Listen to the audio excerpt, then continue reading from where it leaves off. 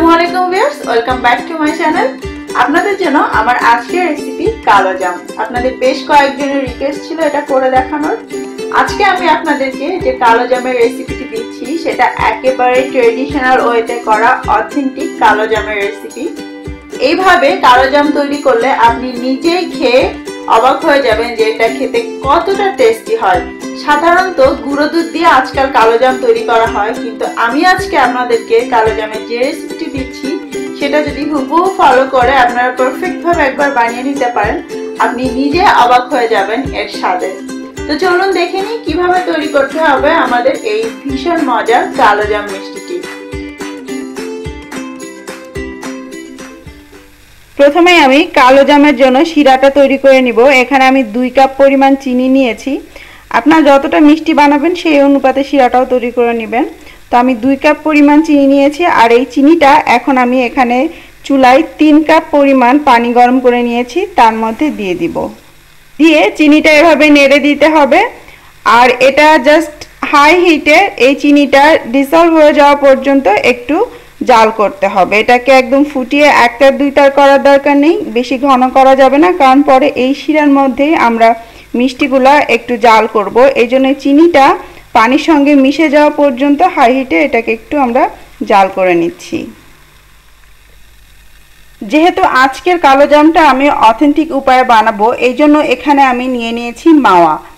পুরনো স্টাইলে কালো জাম বানাতে হলে অবশ্যই আপনার মাওয়াটা নিতে হবে। এখানে আমি 1 লিটার দুধের মাওয়া নিয়েছি, প্রায় 200 গ্রামের মতো এখানে আছে। এটা খুব বেশি হার্ড মাওয়া না, একটু নরম মাওয়া। এটা এরকম করলে এটা খুলে আসে, তারপরও আমি এটাকে গ্রেট করে নিব।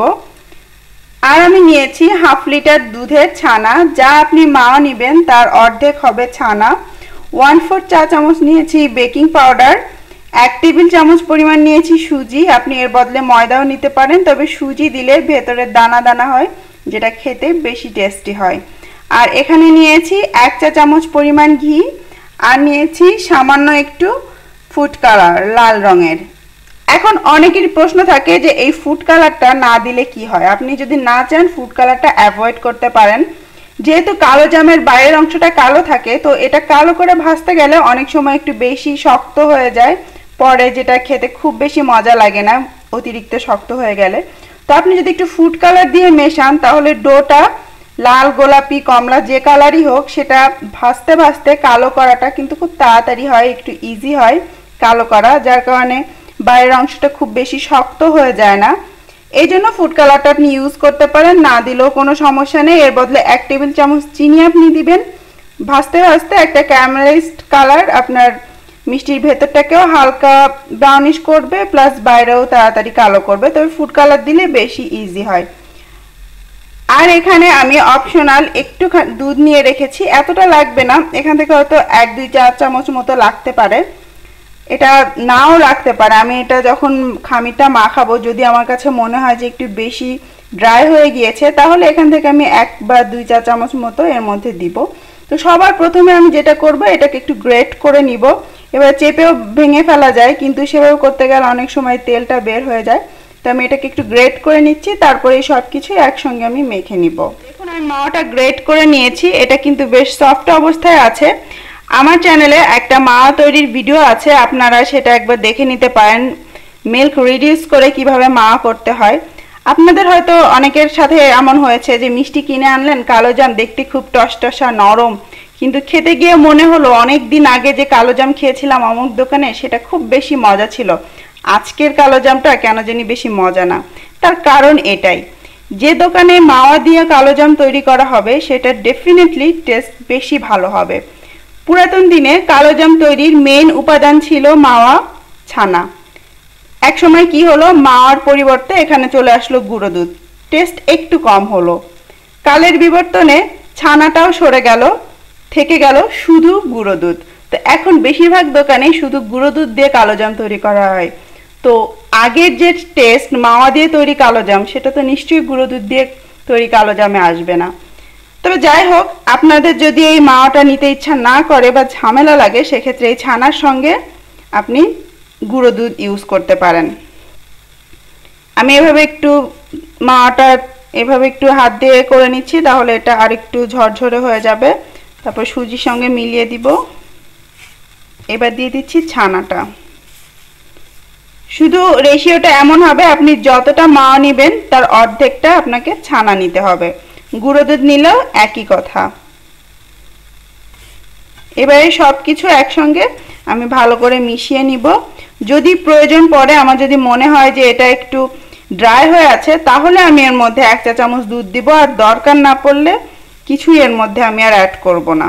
আমি আস্তে আস্তে এভাবে মাখিয়ে নিচ্ছি ততক্ষণ না এই ছানার দলা আর মাওয়ার দানাগুলো ভেঙে যাচ্ছে। মিহি করে জাস্ট মেখে নিব। তবে যতবারই আমি আপনাদেরকে মিষ্টির রেসিপি দিয়েছি, একটা কথা বারবারই বলেছি যে মিষ্টি তৈরির জন্য যে ডোটা, সেটা কখনোই চেপে চেপে একদম বেশি মাখতে হয় না, তাহলে এর ভেতর যে ফ্যাটটা থাকে সেটা বের হয়ে যায় আর মিষ্টি শক্ত হয়ে যায়। তো আমি 3 থেকে 4 মিনিট জাস্ট এগুলো, এই যে ভেতরে যে দানাগুলো আছে এটা মিশে যাওয়া পর্যন্ত এটাকে মাখিয়ে নিচ্ছি।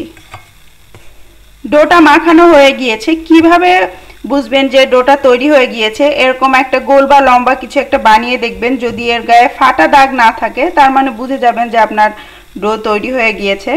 এর মধ্যে আমার কোনো দুধ দিতে হয়নি, এটা এমনিতেই বেশ নরম ছিল। আপনারা একটু টেক্সচারটা দেখে বোঝার চেষ্টা করুন। এভাবে ছিঁড়ে আসছে খুব ইজিলি।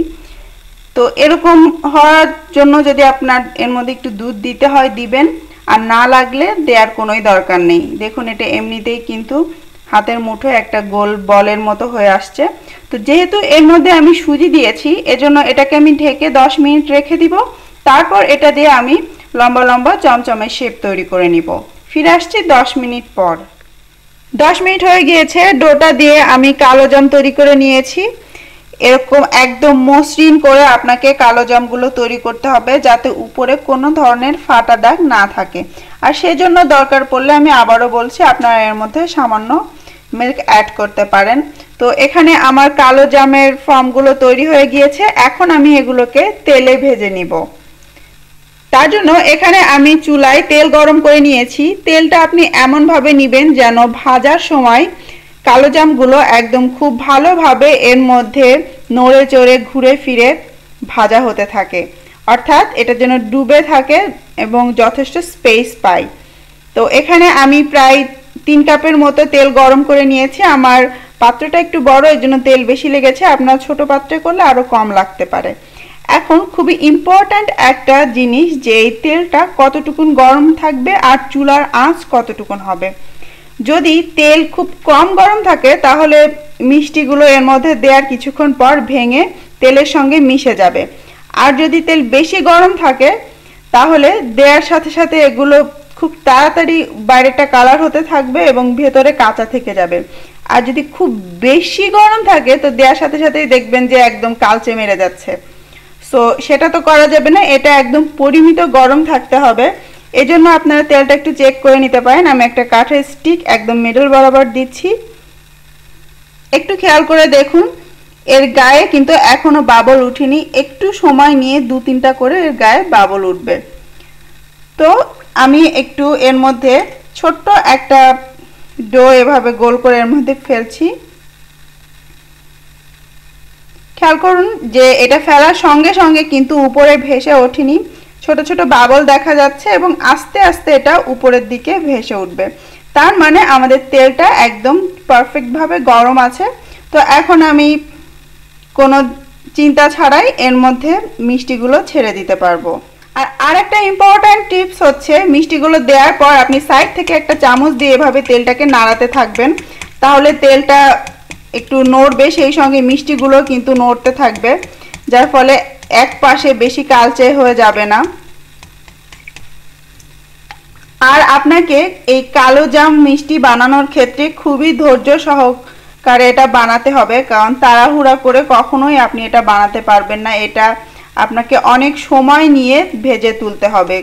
তাড়াহুড়ো করলে কিন্তু হবে না। আঁচ কম থাকবে, যার কারণে মিষ্টির বাইরের অংশে কালার আসতে একটু সময় বেশি লাগবে। আপনাকে সেই পেশেন্সটা রাখতে হবে।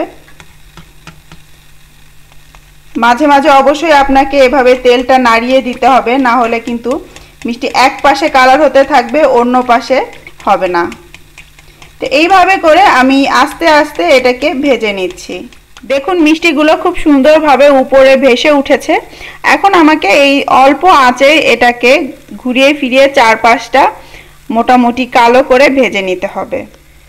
প্রায় 12 মিনিট পরে দেখুন কালো জামের টেক্সচারটা এরকম হয়েছে কালারের। যদি আপনি গোলাপ জামুন ভাজেন তো এই রকম কালার হলেই উঠিয়ে নিয়ে এটাকে শিরায় দিতে হয়, কিন্তু আমি যেহেতু এখন কালো জাম বানাবো সেজন্য আমি এটাকে আরও একটু ডার্ক করব। আমি এখন চুলার আঁচটা আর একটু বাড়িয়ে দিচ্ছি।